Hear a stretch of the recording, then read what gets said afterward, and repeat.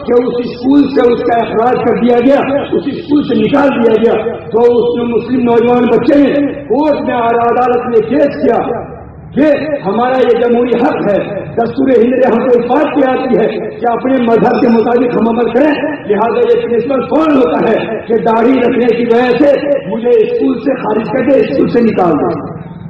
جب یہ مقدمہ چلا کورٹ میں دونوں کے وکیل حاضر ہوئے تو جو مسلمان کی جانب سے جو وکیل تھا وہ پوری گواہی دے رہا تھا اور سارے ثبوت دے رہا تھا کہ داڑھی رکھنا یہ واجب ہے، سنت مؤکدہ ہے، داڑھی نہ رکھنے والا انسان گنہگار ہوتا ہے، یہ شاعر اسلام میں سے ہے، آقا کی تعلیم یہ ہے، قرآن کی تعلیم یہ ہے۔ ساری باتیں جب اس وکیل نے کر لیا تو جج صاحب نے کہا، یہ کہا وکیل صاحب آپ کی ساری بات اچھی ہے، آپ نے اسلام کے سارے قانون کو میرے پاس رکھ دیا، لیکن ذرا میں آپ سے پوچھوں کہ آخر آپ داڑھی کیوں نہیں رکھتے؟ اے لوگوں بتائیے کہ اس وقت اس وکیل کے پیر کے نیچے سے زمین کھسکی ہو گئی ہے کہ ہم تو قرآن کی ترجمانی کر رہے ہیں، ہم تو اسلام کی ترجمانی کر رہے ہیں، لیکن خود ہماری زندگی شریعت کے مطابق نہیں گزر رہی ہے، ہم کیسے ہی ماننے والے ہیں؟ آج حالات یہی ہے کہ اسلام کے خلاف قانون بنتا ہے، ہم سب متحد ہو جاتے ہیں، لیکن ہم خود اسلام کے قانون کے پورے ہو گئے، ہم خود اسلام کے قانون کے نہیں چل رہے ہیں۔ اس لیے ضرورت اس بات کی ہے کہ ہم اور آپ اسلام کے قانون کے عمل کرنے والے ہیں، اور یاد رکھیے جب ہم اور آپ اسلام کے قانون کے عمل کریں گے تو یقیناً باطل طاقتیں بھی یہ سمجھیں گی کہ اسلام دہشت گردی کی تعلیم نہیں دیتا ہے، اسلام دہشت گرد مذہب نہیں ہے، یہ سب جب ہم اور آپ اسلام کے عمل کرنے والے بنیں گے۔ اس لیے کہ اسلام نے کیا تعلیم دی ہے کہ اپنے بھائیوں کے ساتھ جہاں تم اخلاق سے پیش آؤ وہیں برادران وطن کے ساتھ بھی اور غیر مسلم بھائی ہندو اور سکھ کے ساتھ بھی ہر ایک کے ساتھ انسانیت کے برابر تم اس کے ساتھ اخلاق سے پیش آؤ۔ اگر اس کے یہاں کوئی بیمار پڑ جاتا ہے تو تم اس کی عادت کے لے جاؤ، اگر اس کے یہاں کسی کا انتقال ہو جاتا ہے تو تم اس کی تعزیت کے جاؤ۔ یہ اسلام مذہب، اسلام دین ہم اور آپ کو اس بات کی تعلیم دیتا ہے۔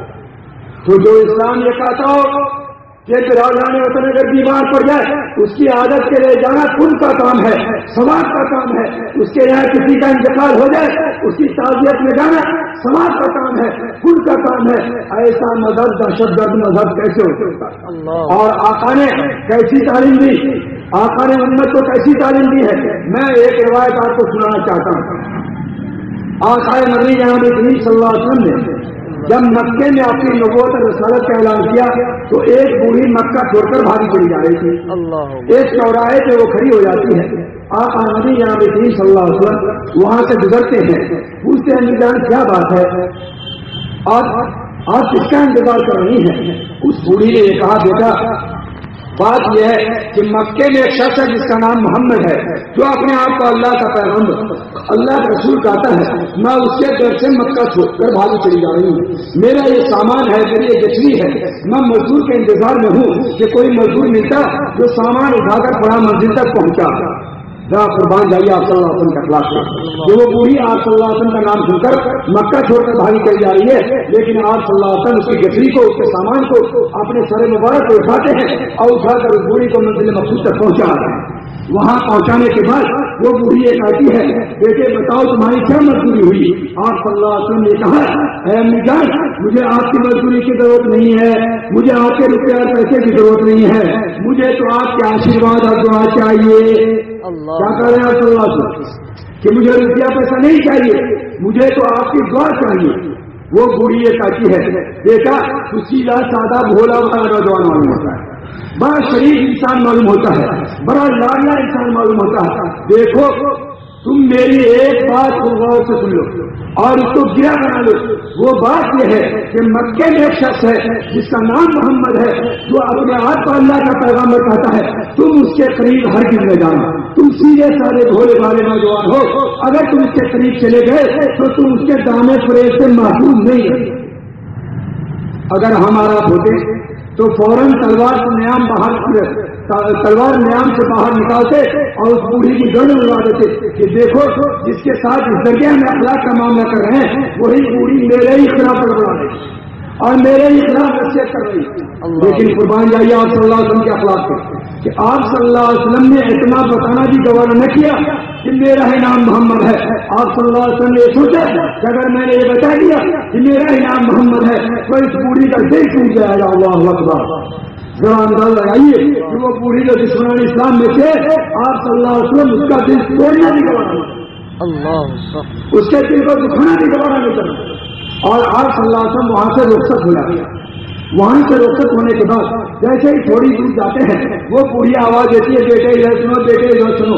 آپ صلی اللہ علیہ وسلم تشریف لاتے ہیں. کہتے ہیں جائیں کیا بات ہے, آپ نے مجھے کیوں بلایا ہے؟ اس بوڑھی نے کہا بیٹے تم میرے پاس سے چلے گئے, میرے دل میں یہ بات پیدا ہوئی ذرا چلتے چلتے میں تمہارا نام تو جان لوں کہ تمہارا نام کیا ہے. اور نبی جناب کریم صلی اللہ علیہ وسلم نے اپنے چہرے پر انور کو جھکایا اور کہا امی جان میرا ہی نام محمد ہے.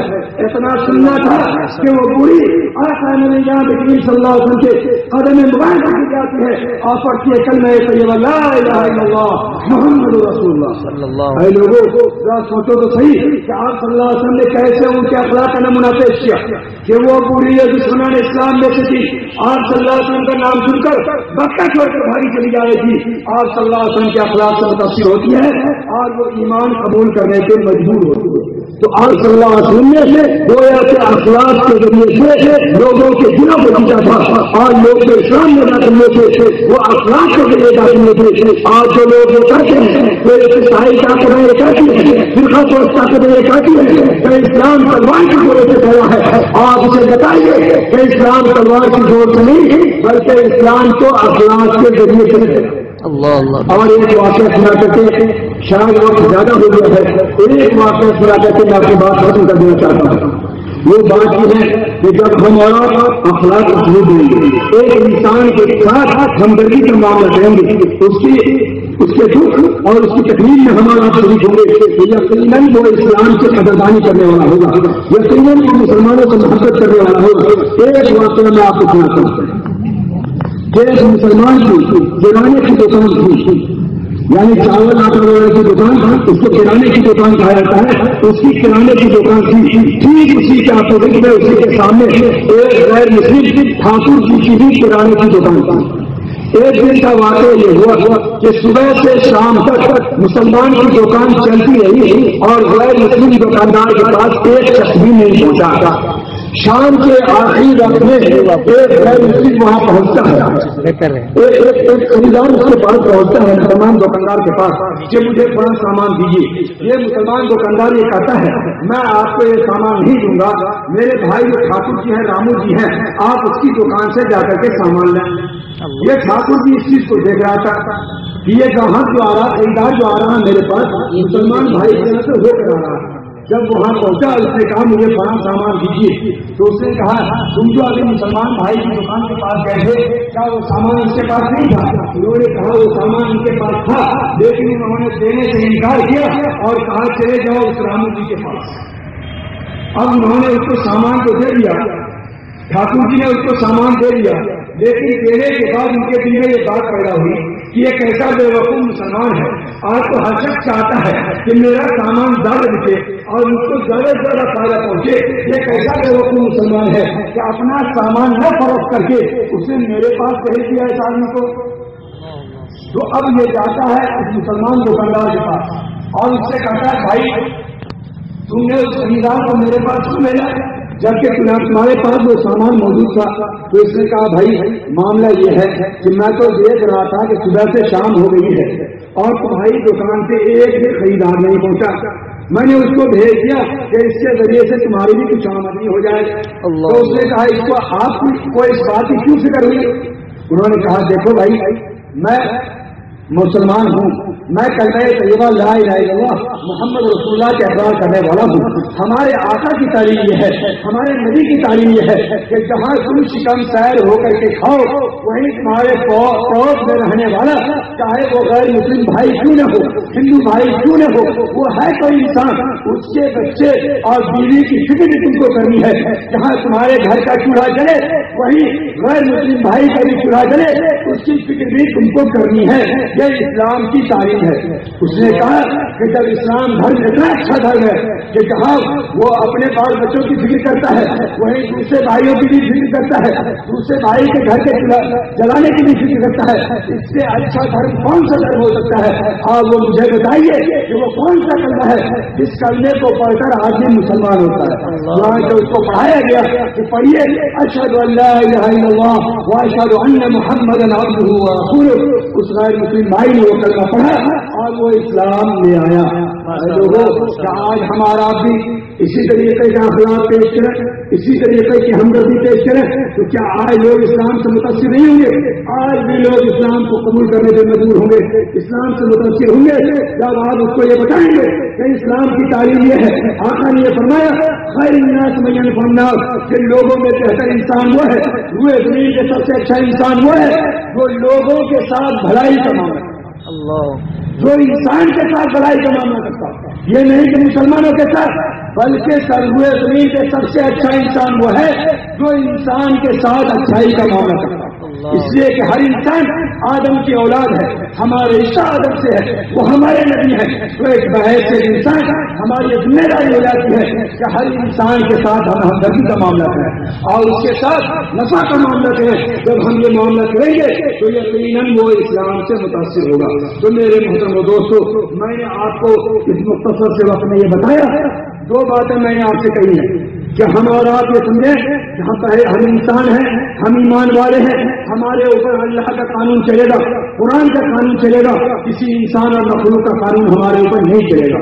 اور دوسری چیز یہ کہ جب بھی اسلام سے کوئی حل پائے گا, قانون خدا کو بدلنے کی کوشش کی جائے گی, اس میں ترمیم کی کوشش کی جائے گی, تو ہم زبان کے بعد یہ کہیں گے کہ اسلام کا قانون شریعت ہماری جان سے بھی زیادہ پیاری ہے, ہم کبھی بھی اس سے دستبردار ہونے کو تیار نہیں ہیں. اور تیسری بات یہ کہ ہم اور اپنی زندگی میں شریعت کو نافذ کریں اور ہمارا عمل کر کے یہ بتائیں کہ ہماری زندگی سنت کے مطابق گزر رہی ہے, ہماری زندگی قرآن کے مطابق گزر رہی ہے.